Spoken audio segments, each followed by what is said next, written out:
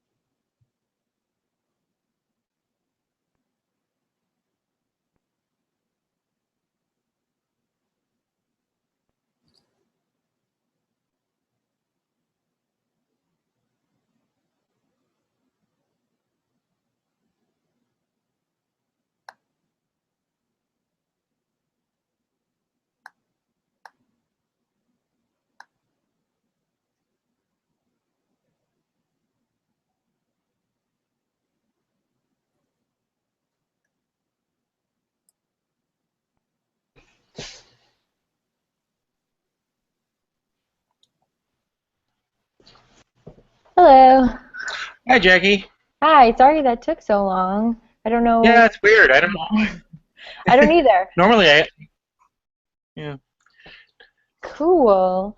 So, did you get a chance to read the blog post about my project that I'm working on, or that my entire group is working on with Storyful? I read a blog post about the group. Okay. Okay, that's like definitely the main one. It kind of goes over our focus, like what we're working on. So basically, we're just trying to get a better understanding of Agile from people who have been practicing it and like really know it, like in and out. Because none of us are programmers or anything, and so we only know kind of what we've been able to read online. None of us have really practiced it. So yeah, do you think you could kind of tell me a little bit about how you got started using Agile, what it was like, how you use it now? Sure. Yeah.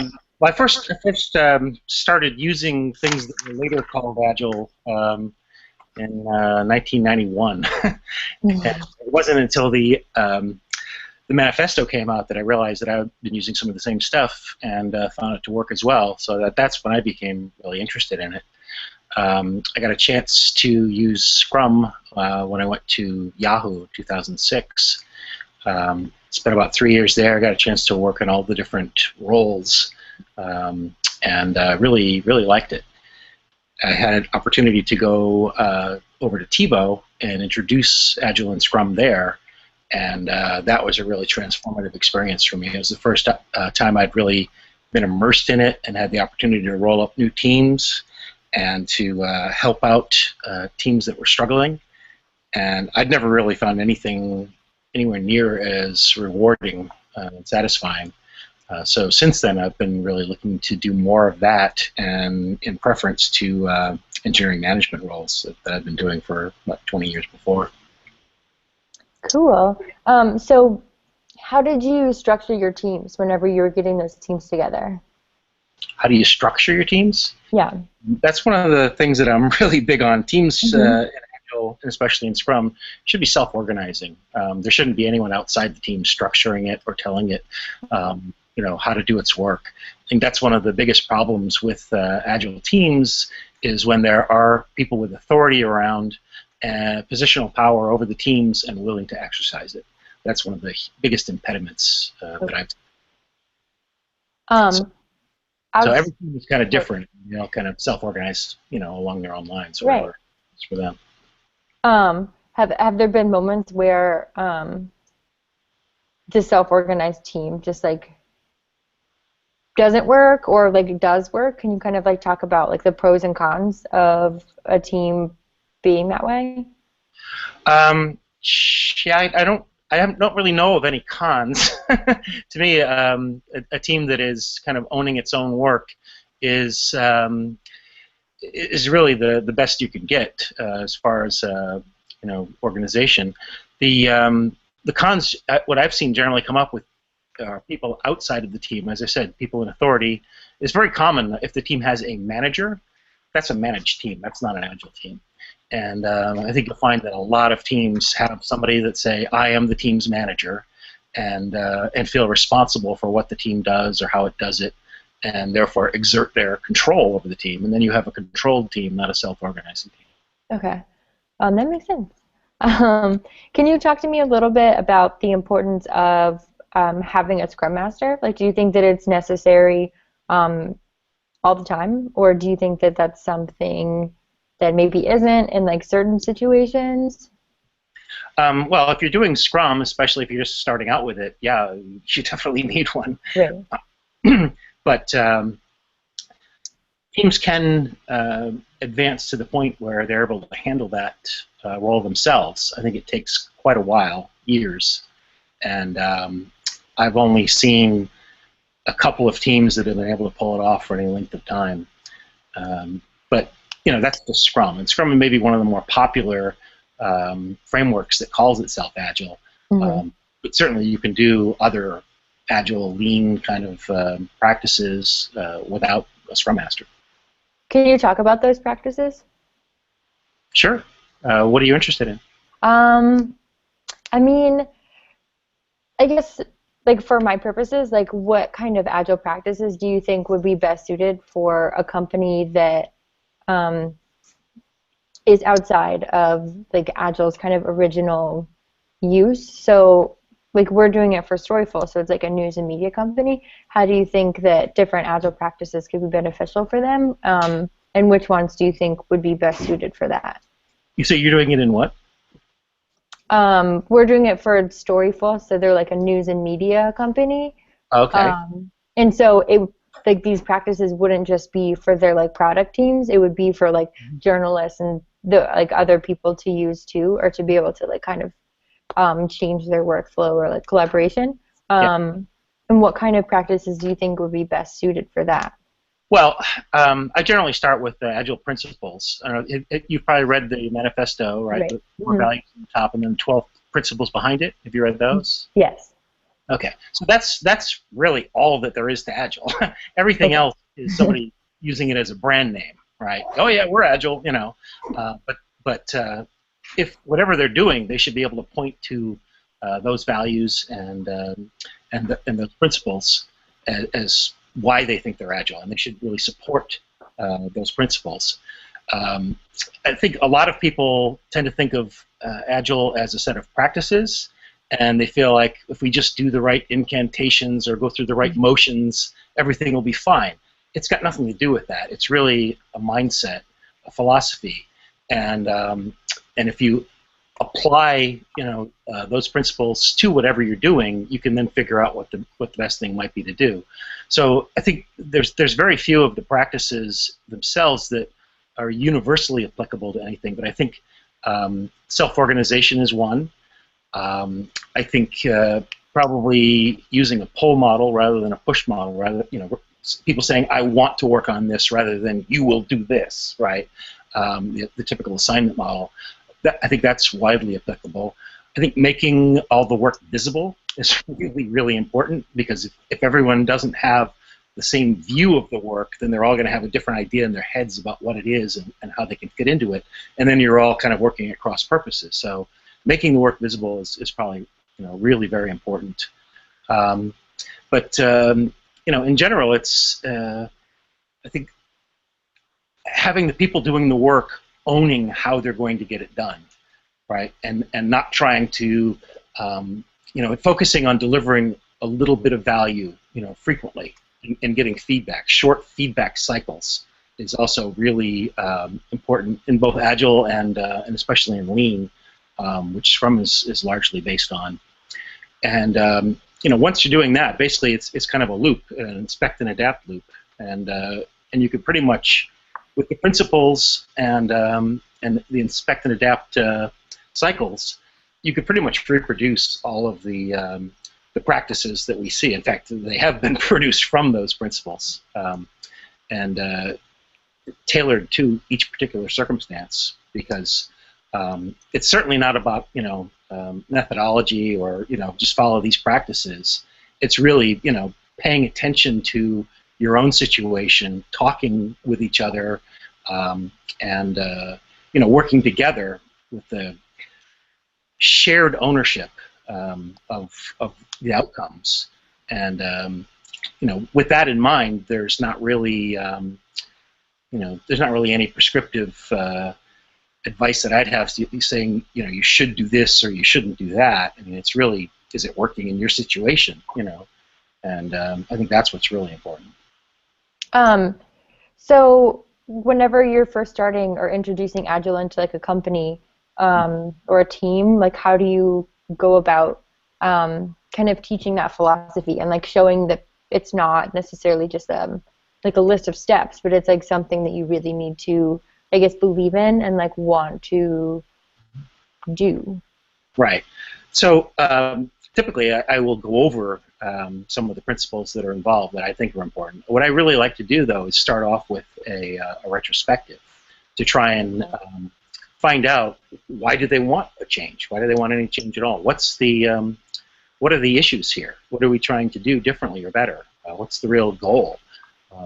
And sometimes companies aren't really clear about it, or they just, they want the Agile brand, right? It's like perceived goodness, and if that's all they really want, then fine, you got it, that's all you need.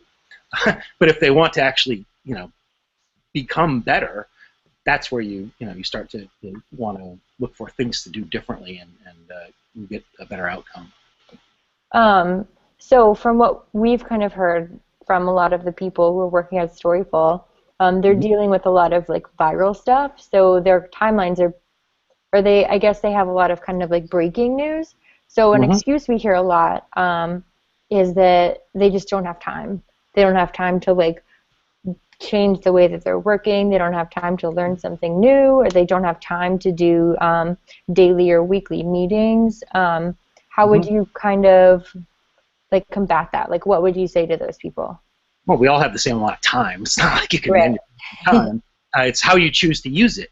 And if you don't have time to reflect on how things are going, and you don't have time to evaluate how you might do them better, and you don't have time to change things to improve, you're probably going to keep on doing what you're doing now and getting the same results. Right. So you're making a choice to not change if you have that attitude. And there's a lot of misconceptions. Well, you said don't have time to do this stuff. There's a perception that it requires extra time up front, right? Where in addition to everything I'm doing now, I'm also going to having to spend some overhead, right? Like people think of the meetings as, oh, that's extra overhead. In Agile, they don't even call them meetings because they're not like typical status report meetings. That's where the work is getting done.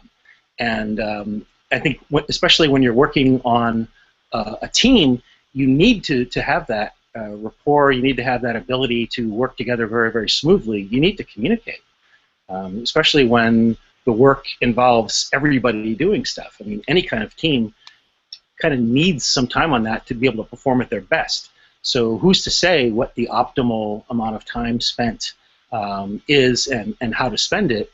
You kind of have to figure that out on your own.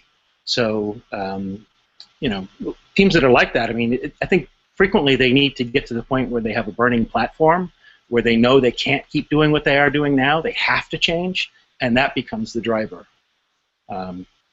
Teams that are doing okay and just, wish that things could be better, but don't really feel like they can invest in it, well, that's just wishful thinking. I mean, you can't get benefit like that without actually effort. So, I would encourage teams to try it, but if they think that it's just a different practices or something like that, and things are magically going to get better, they won't. In fact, even if you're using Agile or Scrum, especially, it tends to expose all the problems in your organization, right? Agile and Scrum are very, very good at that. That you'll see new problems everywhere, and they won't help you fix them, right? They tell you nothing about how to fix them. It's your choice, and a lot of people, when confronted with that, they feel that, well, Agile and Scrum are malleable. We can change them. We'll just change them so that this isn't painful. right? It's called Agile Pain Relief, and it works, right? I mean, if you're trying to have a retrospective and no one seems very interested in talking about the problems, and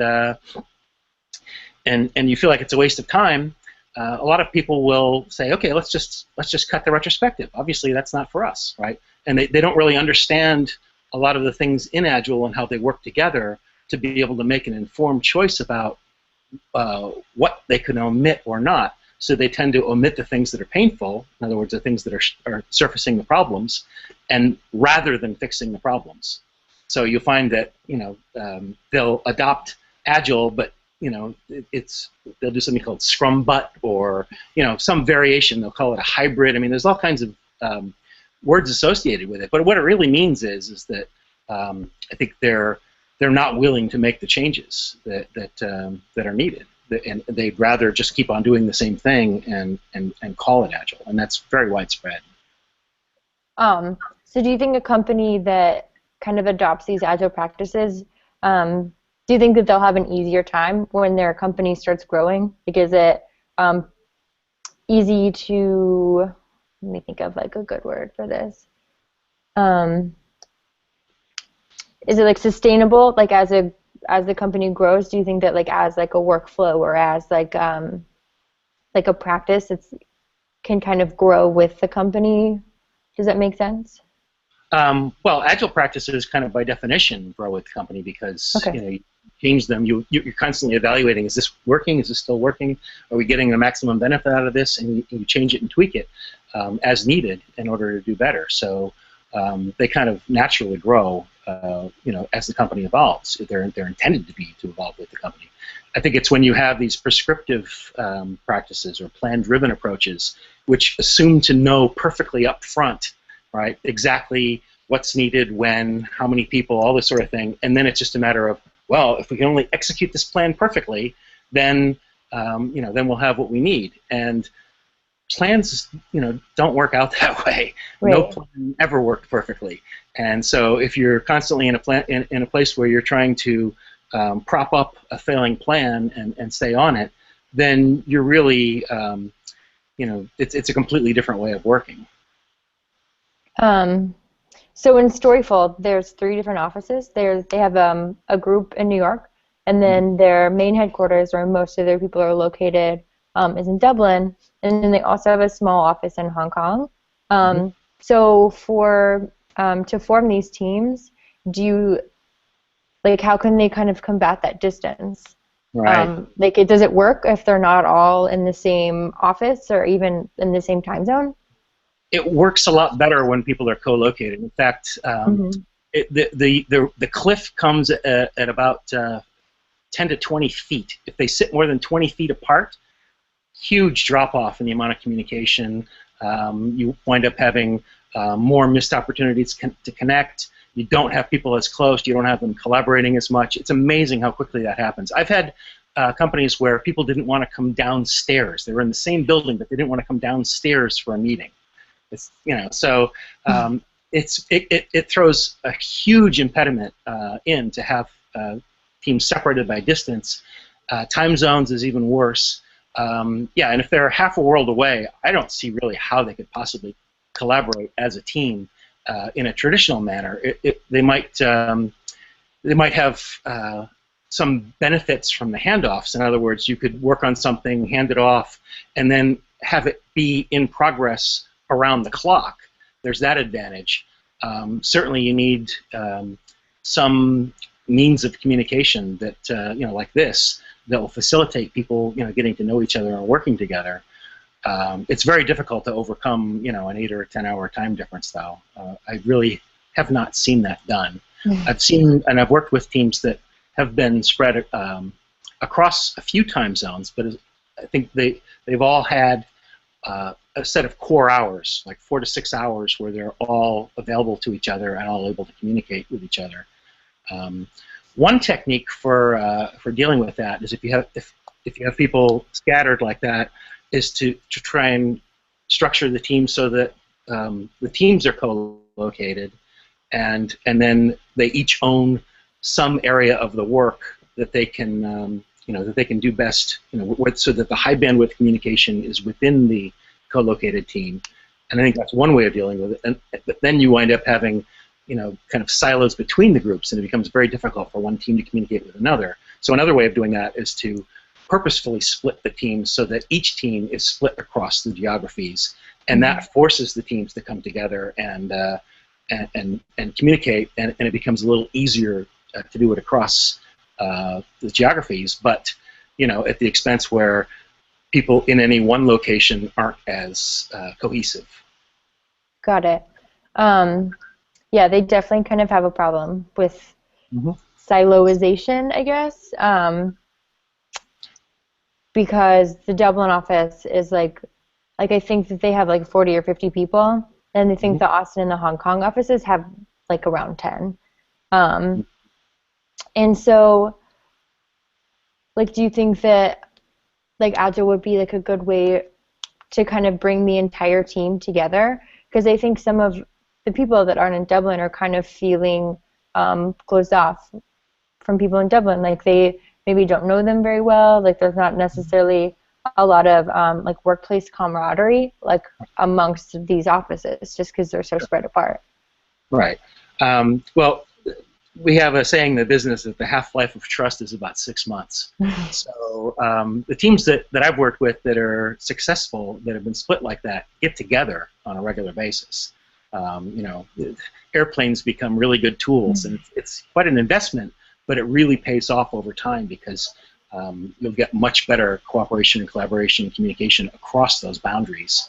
So yeah, physically bringing them together is a really good idea. Another thing to do is if you have to make accommodations so that you can get people together, either even on a phone call, it's I think a good practice to not make all of the accommodations on one side. Frequently, you'll have all the meetings scheduled at whatever time zone headquarters is in, and headquarters people are just working a normal day, and the people in the faraway reaches are having to get up in the middle of the night, and that builds in some resentment. So it's very easy to just say, okay, even though we're in the home office here, we're going to be getting up, starting our day a couple of hours early. We're going to ask you to start a couple of hours, stay a couple of hours late, whatever, just so that there's a little bit of accommodation on both sides, so that everyone feels equal. But yeah, that's very difficult to, especially to create a good collaborative environment with people who've never really met. It's very, very difficult. Okay, so one last question. Do you think a good way to kind of introduce Agile into a company would be to do it kind of incrementally? And maybe that doesn't make sense. So it's like, would you be able to use Agile on kind of like a special projects team first, and kind of see how it works, and then kind of like slowly grow it out into the entire organization? Or would you say it's something that needs to be started like all at one time and needs to be like a daily effort? You can certainly do it incrementally, and I think that's a much safer way of doing it. A lot of companies have difficulty making it's called a big bang adoption, and it used to be the rage 10 years ago. We're going to do this all at once, we're going to do it quick, then we're going to have everybody firing on all cylinders. Thing is that it tends to fail, and companies don't get the big bang adoption that they thought they were going to get. They get kind of a different kind of bang, kind of an explosion from all the resistance.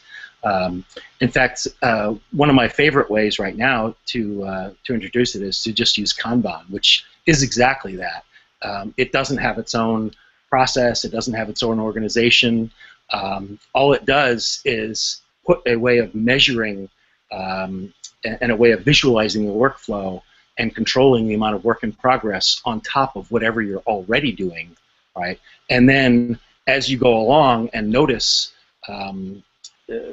issues or bottlenecks or things like that, you make changes a little bit at a time, very, very incremental, in order to improve whatever problems you were experiencing.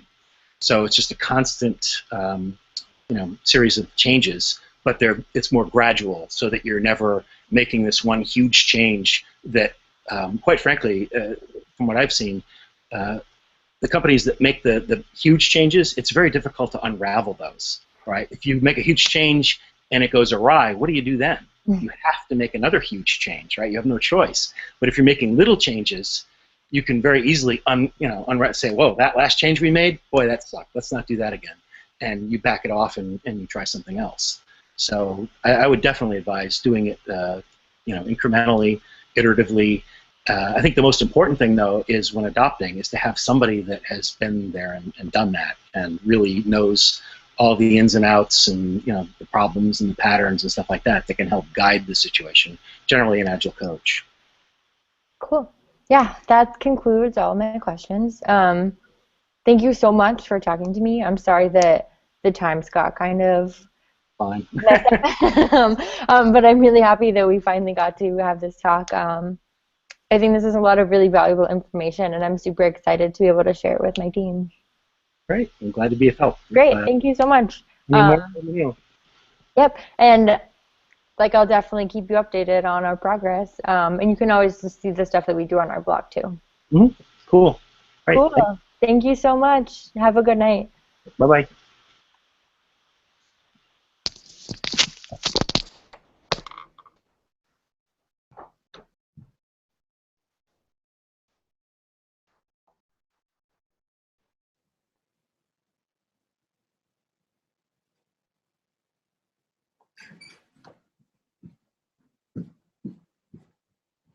Okay, I'm done. I'm done. Yeah, and I hit the red phone, but then this showed up. I don't know what that says. Do the translation.